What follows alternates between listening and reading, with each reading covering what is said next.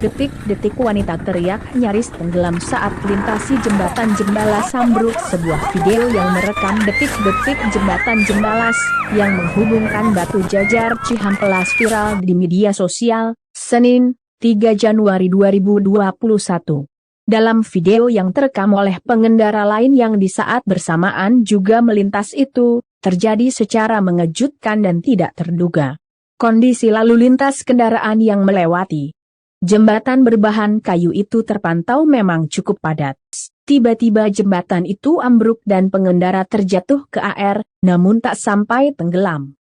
Suara jeritan wanita begitu keras terdengar, pengendara lainnya yang berada tepat di bagian belakangnya juga tampak kaget karena kendaraannya nyaris terjatuh. Penyebab ambruknya jembatan alternatif warga setempat itu lantaran dram penahan yang ada di bawah jembatan terbalik dan jembatannya patah akibat angin kencang.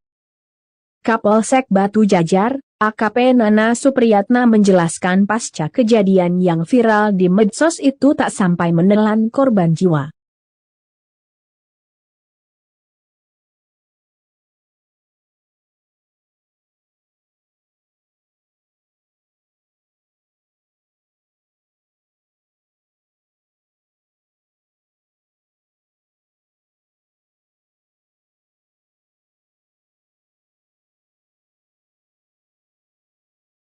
Hai pemirsa Sri Popo TV, jangan lupa komen, like, dan subscribe, serta tonton terus berita-berita terupdate lainnya ya.